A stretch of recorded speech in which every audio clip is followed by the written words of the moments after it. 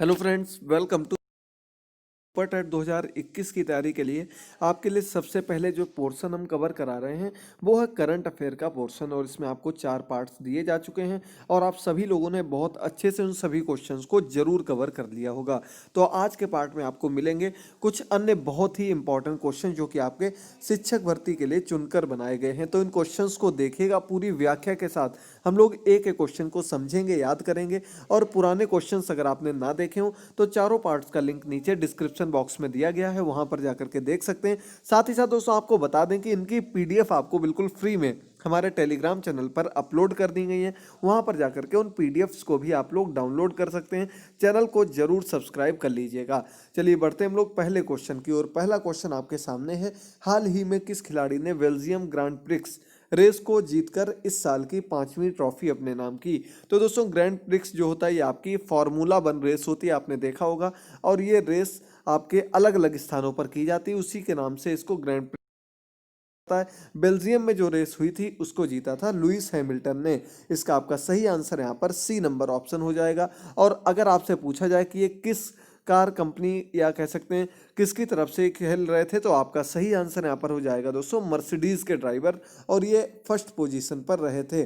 Second पर बात की जाए तो बोटास रहे हैं, ये भी मर्सिडीज के ही हैं। और साथ ही साथ आपको बता दें अब तक कुल 89 बार ये अलग अलग ग्रैंड प्रिक्स जीत चुके हैं। और 91 बार जो ग्रैंड प्रिक्स जीतने का रिकॉर्ड है वो है माइकल शूमाकर के नाम, याद रखिएगा। चलिए आगे बढ़ते हैं क्वेश्चन नंबर सेकंड पर। हाल ही में किस राज्य में 1500 करोड़ रुपए की लागत से विश्व का सबसे बड़ा टॉय म्यूजियम बनाने की घोषणा की गई? तो दोस्तों 1500 करोड़ रुपए की लागत से ये टॉय म्यूजियम बनाया जाएगा, यानी कि खिलौनों का म्यूजियम बनाया जाएगा। साथ ही साथ अलग अलग राज्य में अपने खिलौने बनाने का भी निर्देश दिया गया है। कह सकते हैं हम लोग ये चाइनीज प्रोडक्ट को रोकने के लिए किया गया है। तो इस सबसे बड़ा टॉय म्यूजियम जो बनाया जा रहा है ये गुजरात में बनाया जाएगा। सही आंसर यहाँ पर आपका हो जाएगा ए नंबर ऑप्शन। इसके बारे में आपको बता दें दोस्तों, तो गुजरात में चिल्ड्रन यूनिवर्सिटी है, इसके बाल भवन में इस जो आपका टॉय म्यूजियम बनाया जाएगा वो यहीं पर बनाया जाएगा, बाल भवन में, गुजरात में। इसका आपका सही आंसर हो जाएगा। आगे बढ़ते हैं क्वेश्चन नंबर 3 पर। हाल ही में किस स्थान पर विश्व के सबसे बड़े सोलर पेड़ को विकसित किया गया है? सोलर पेड़ सबसे पहले समझ लीजिए क्या होता है दोस्तों। तो सोलर को पेड़ के रूप में इस प्रकार से इसमें सोलर ट्रे लगा दी जाती हैं और इसे पेड़ का रूप दे दिया जाता ताकि कम जगह घेर कर अधिक से अधिक सौर ऊर्जा से संचालित प्लेटों को लगाया जा सके, और इसको नाम दे दिया गया सोलर प्लेट का नाम।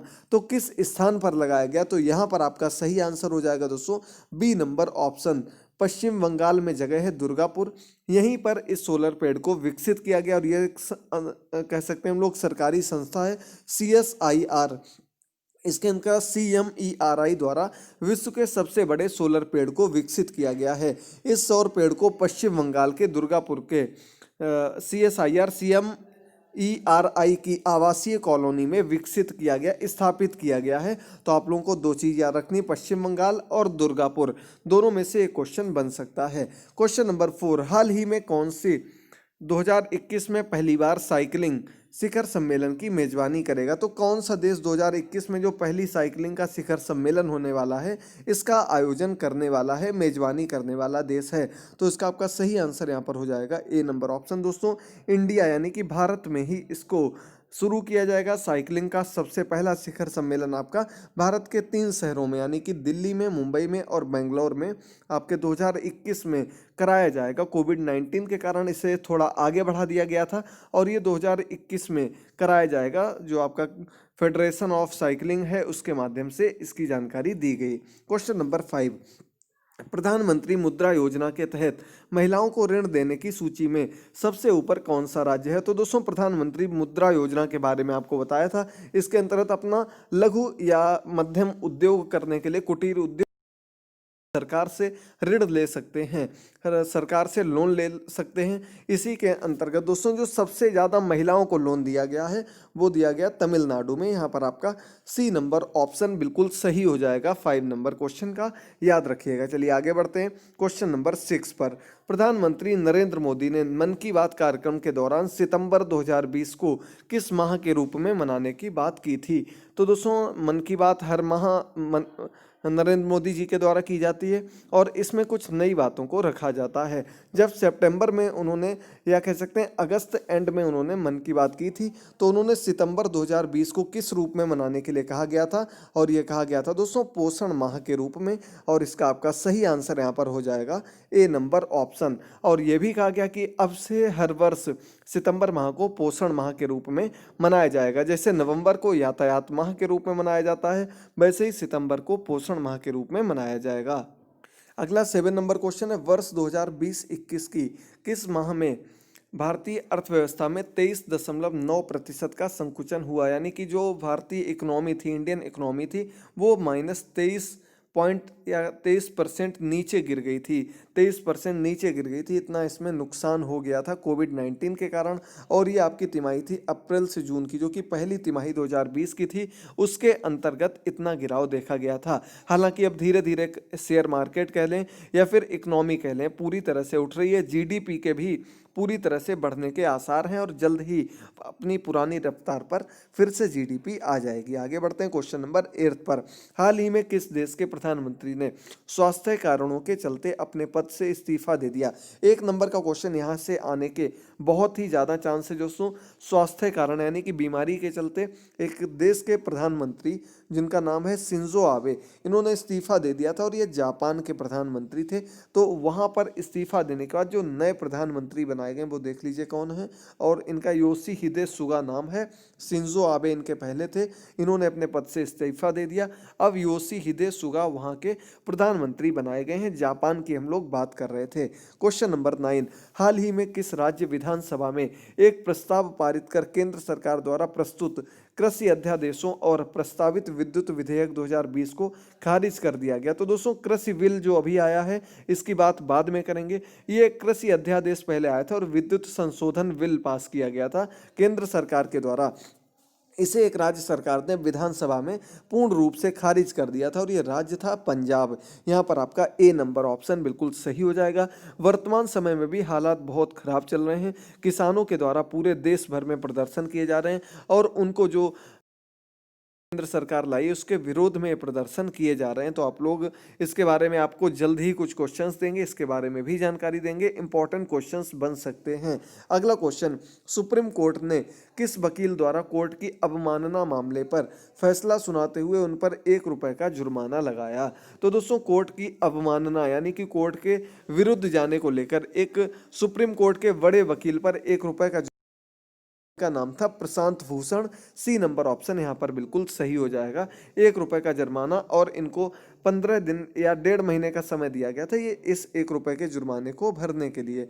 चलिए आगे बढ़ते हैं अगले क्वेश्चन पर। हाल ही में किस राज्य में सी प्लेन सेवा 31 अक्टूबर 2020 से शुरू की जाएगी? तो दोस्तों सी प्लेन सेवा आपको बता दें, सी प्लेन यानी कि पानी से जो प्लेन होते हैं उनको उड़ाने की कहीं कहीं चलते थे, पानी में ही इनकी लैंडिंग होती, पानी से ही ये उड़ाए जाते हैं। सी प्लेन इनको कहा जाता है और इस सेवा को गुजरात में प्रारंभ किया गया 31 अक्टूबर यानी कि वल्लभ भाई पटेल जी की जयंती पर इसको प्रारंभ किया गया। साबरमती नदी में, साबरमती जो स्थान है वहाँ से इसको शुरू करते हुए जो स्टैचू ऑफ यूनिटी बना हुआ है वहाँ तक पहुँचाने के लिए इस सेवा को शुरू किया गया है। याद रखिएगा दोस्तों 31 अक्टूबर से वल्लभ भाई पटेल जी की जयंती पर। अगला 12 नंबर क्वेश्चन है, हाल ही में किस देश ने संयुक्त रूप से भारत के साथ विश्व शतरंज चैंपियनशिप अपने नाम की? तो दोस्तों आपको बता दें ये एक ऑनलाइन शतरंज ओलंपियाड था और ये आपका 2020 में संयुक्त रूप से जीता और भारत ने पहली बार इसको जीता है। किसके साथ मिलकर के? रूस के साथ मिलकर के। अब इसका कारण बता देते हैं क्यों जीता है, क्योंकि फाइनल मुकाबले में इंटरनेट कनेक्शन की वजह से इशू हो गया था और ये मैच पूरा नहीं हो पा गया था, जिसकी वजह से भारत को रूस के साथ मिलकर के संयुक्त रूप से विजयी घोषित कर दिया गया था। आपका सी नंबर ऑप्शन सही हो जाएगा। चलिए आगे बढ़ते हैं अगले क्वेश्चन पर। क्वेश्चन नंबर 13, हाल ही में किस शहर में विश्व उर्दू सम्मेलन का आयोजन किया गया? तो दोस्तों विश्व उर्दू सम्मेलन हाल ही में आयोजित किया गया था सितंबर माह में और इसका आयोजन किया गया दिल्ली में। जो राष्ट्रीय उर्दू भाषा विकास परिषद है उसके माध्यम से इसका आयोजन किया गया था और इसमें जो शिक्षा मंत्री हैं निशंक जी, उन्होंने प्रतिभाग किया था, अपने विचार विमर्श रखे थे और इसका आयोजन दिल्ली में किया गया था। ए नंबर ऑप्शन सही हो जाएगा।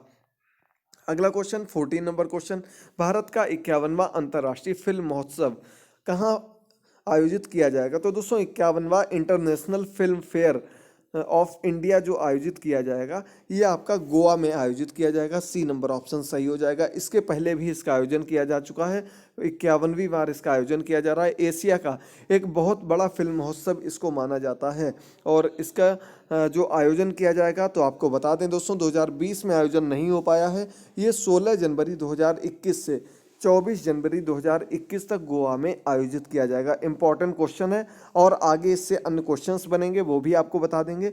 100% एक क्वेश्चन आपका यहाँ से पूछा जाएगा। अगला 15 नंबर क्वेश्चन, हाल ही में किस क्षेत्र से संबंधित चैडविक बोसमैन का 43 वर्ष की उम्र में निधन हो गया? तो दोस्तों ये आपने सुना होगा चैडविक बोसमैन का नाम, इनका निधन, ये एक एक्टर थे और इनको कैंसर था जिसकी वजह से इनका निधन हो गया। ए नंबर ऑप्शन सही हो जाएगा। हॉलीवुड के बहुत बड़े एक्टर थे। चलिए आगे बढ़ते हैं अगले क्वेश्चन पर।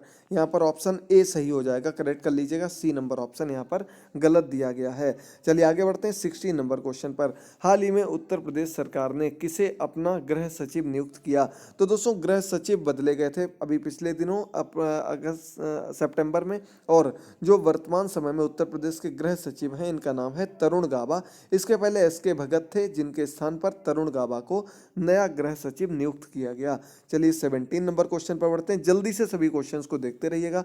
हाल ही में किस देश के साथ भारत ने राष्ट्रीय समन्वय समिति की पहली बैठक की सह अध्यक्षता की? तो दोस्तों राष्ट्रीय समन्वय समिति के अंतर्गत सह अध्यक्षता भारत ने जिस देश के साथ की थी वो देश है उज्बेकिस्तान, और यहाँ पर आपका सी नंबर ऑप्शन बिल्कुल सही हो जाएगा। क्वेश्चन नंबर 18 आपके सामने है। करंट अफेयर जितना अच्छे से आप लोग कवर कर लेंगे उतने ही ज़्यादा स्कोर कर पाएंगे, क्योंकि लगभग 25 क्वेश्चन आपके यहीं से पूछे जाते हैं और हम अपनी तरफ से आपके लिए एकदम सिलेक्टेड इंपॉर्टेंट क्वेश्चंस कवर कर रहे हैं। जल्द ही आगे के करंट अफेयर्स के क्वेश्चंस भी मिलेंगे। अन्य सब्जेक्ट के नोट्स भी तैयार किए जा रहे हैं जो कि आपको नोट्स भी प्रोवाइड करेंगे और क्लासेस भी देते रहेंगे। चलिए देखते हैं केविन मेयर ने किस कंपनी के सीईओ पद से हाल ही में इस्तीफा दे दिया? तो दोस्तों केविन मेयर नाम आप लोगों ने सुना होगा, एक कंपनी के चीफ एग्जीक्यूटिव ऑफिसर थे और वो है टिकटॉक। टिकटॉक का नाम भी आप लोग सुन चुके होंगे, जिस पर कि हाल ही में अभी पिछले दिनों भारत सरकार के द्वारा बैन लगा दिया गया था।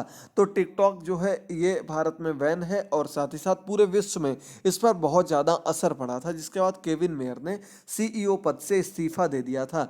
और यहाँ पर आपका बी नंबर ऑप्शन बिल्कुल सही हो जाएगा। जो वर्तमान सीईओ हैं टिकटॉक की वो वेनेसा पंपास हैं। नाम याद कर लीजिएगा, ज़्यादा इंपॉर्टेंट नहीं है, फिर भी कभी कभार पूछा जा सकता है। क्वेश्चन नंबर 19, हाल ही में केंद्रीय मंत्री रविशंकर प्रसाद ने अगली पीढ़ी का कौन सा स्टार्टअप चैलेंज लॉन्च किया? तो दोस्तों अगली पीढ़ी का स्टार्टअप चैलेंज, इसका क्या नाम रखा गया है? स्टार्टअप्स को लेकर के टायर 2 और 3 शहरों में जो स्टार्टअप को बढ़ावा दिया जा रहा है इसको लेकर इस चैलेंज को शुरू किया गया है और इसका नाम रखा गया दोस्तों चुनौती। बी नंबर ऑप्शन यहाँ पर बिल्कुल सही हो जाएगा 19 नंबर क्वेश्चन का।